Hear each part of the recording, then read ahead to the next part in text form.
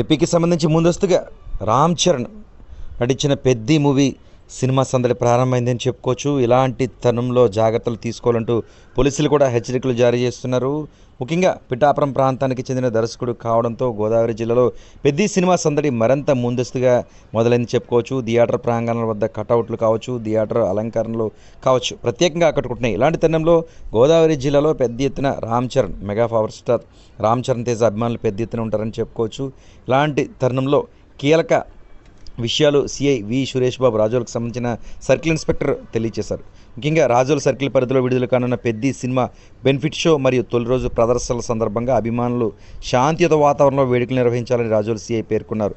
అలా కాకుండా ద్విచక్ర వాహనాలకు సైరన్లు తీసేయడం, ఇష్టారాజ్యంగా రోడ్లపై విన్యాసాలు చేయడం, బాణసంచా పేల్చడం, ప్రజలను ఇబ్బందులు పెడితే మాత్రం చర్యలు తీసుకుంటామంటూ హెచ్చరించారు. ప్రశాంత వాతావరణంలో సినిమాను ఆస్వాదించి ఆనందంగా ఉండి ఆనందంగా ఇంటికి వెళ్లాలంటూ సిఐ పేర్కొన్నారు.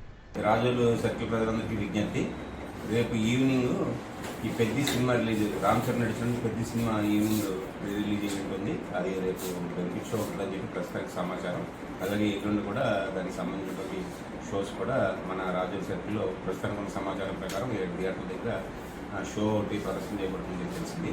అయితే ఎవరైతే ఈ రామ్ చరణ్ తాలూకా ఫ్యాన్స్ ఉన్నారో అందరికీ విజ్ఞప్తి, మీరు ప్రశాంతమైన వాతావరణంలో ఈ సినిమా ఏదైతే ఎంజాయ్ చేయాలి. అంతేగాని అనవసరంగా కుర్రోళ్ళు ఎవరో కూడా ట్రిపుల్ రైడింగ్ చేయడం, నాయిస్ బాగా పెద్ద పెద్ద నాయిస్ వచ్చేటట్టుగా బళ్ళు తోలుతా ప్రజాజీవనానికి ఇబ్బంది కలిగేలాగా ఉండడం, అదేవిధంగా తాగేసి బళ్ళు తోడడం, ర్యాష్ డ్రైవింగ్ చేయడం, ఇలాంటి వాళ్ళు ఎవరైనా ఉంటే కనుక వాళ్ళ మీద స్ట్రింజెంట్గా యాక్షన్ తీసుకుంటాం. అలాంటి వెహికల్స్ అన్ని సీజ్ చేస్తాం. అలాగే అన్ని వెహికల్స్ని కూడా మోటార్ వెహికల్ ఇన్స్పెక్టర్ గారి దగ్గరికి పంపించడం జరుగుతుంది.